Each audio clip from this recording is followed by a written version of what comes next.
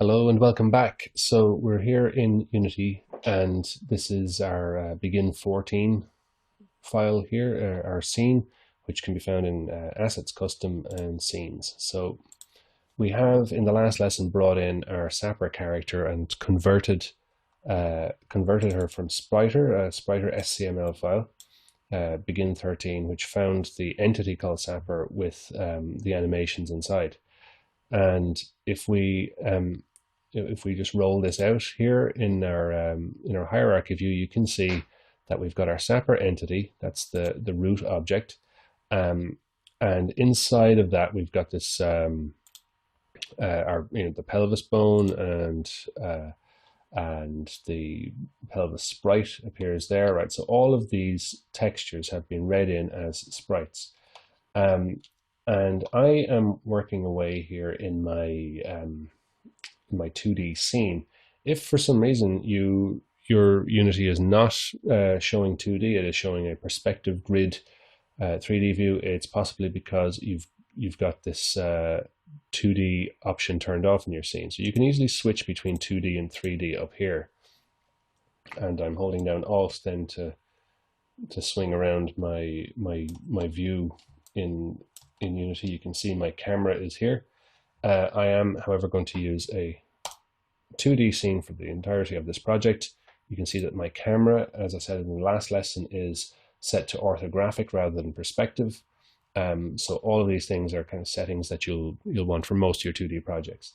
And if you haven't already done so, you can set up in your project settings under Edit. You can go down here to Project Settings and your Editor, and you can say your default behavior mode is 2D. So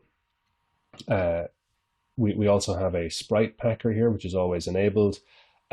Sprite Packer, as I mentioned in our very early lessons, where we were exporting all of these individual textures from Photoshop, is behind the scenes. It's packing all of these sprites into large texture atlases, which make them faster to load in the background. So we can just continue here now, right? So I'm going to eventually bring in other graphics like background graphics and so on, but let's just talk about what Spriter has given us here, right? So we've got our character with the animation. So let's just set up those animations as we had discussed in an earlier lesson. So in Unity, if you bring in anything with an animation attached, by default now it'll add this animator component. So I've just clicked on here the root of this Sapper object here, and it's got this it's got this animator component on it. So if we wanted to look at this, you can see that if I just turn on the move tool here, it'll give a better indication that the 0 coordinate that we were working with in Spriter has now become the root of our object.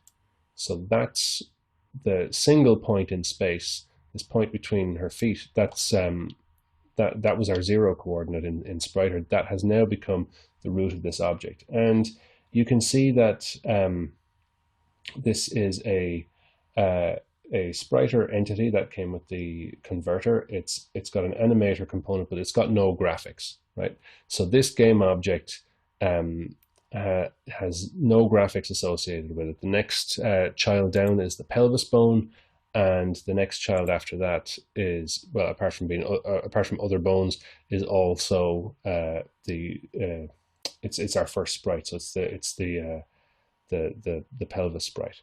So our animator object back here, though, that's going to have our animations, which, if you remember, all face to the right.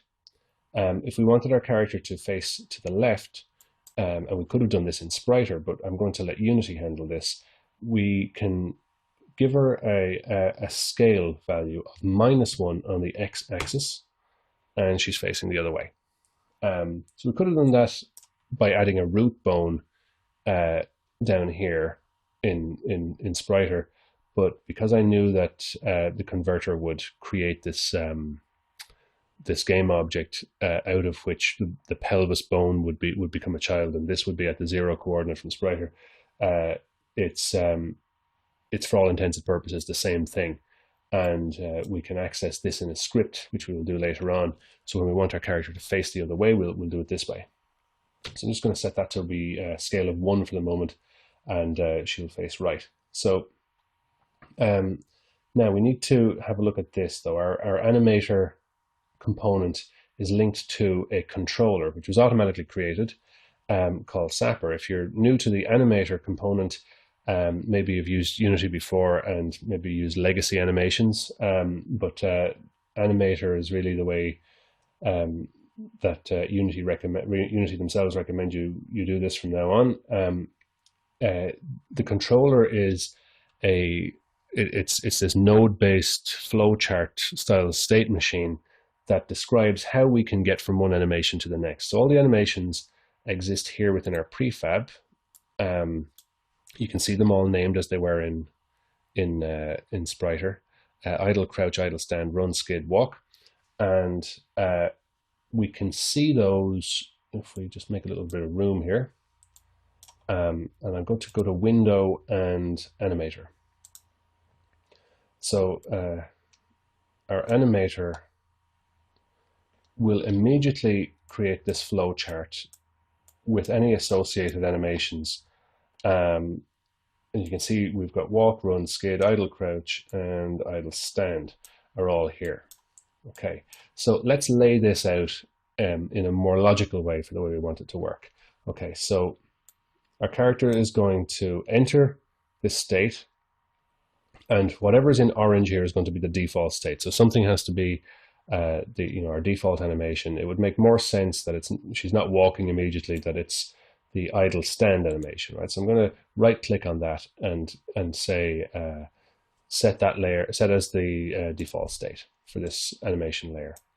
And from there, we could say that if she waits too long, maybe she transitions into the crouch state. So if you just leave it for too long, she'll just crouch down and stay crouched. Now, from either of the idle states, we could get into a walk. So we can say that we can transition from idle standing to walking, and we can transition from crouch to walk. And we can also go from a walk back to idle. And we wouldn't go from a walk to a crouch, so we've only got one-way traffic from crouch, but we've got two-way traffic, if you like, going from stand to walk and from walk to stand. So I'm right-clicking here to create all these transitions. Then we said that what we were going to do is you could only start running if you've been walking for a little while. So we're going to transition from walk up to run, and we have this skid animation then that allows us to end our run at a sudden abrupt halt, and that plays the skid animation, which allows us to get back to standing. So that's basically the structure of our characters' animations. So let's start enhancing that then in the next lesson. So we'll see you in the next lesson.